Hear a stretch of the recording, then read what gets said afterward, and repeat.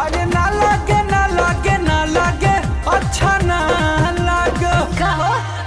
किताब बिना किताब बिना आगे किताब बिना कभर के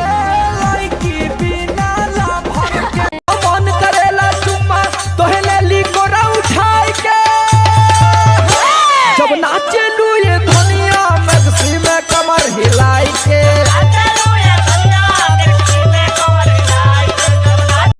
आइली होलिया में साली मुस्कान पूरा लइका सन के बन गइली जान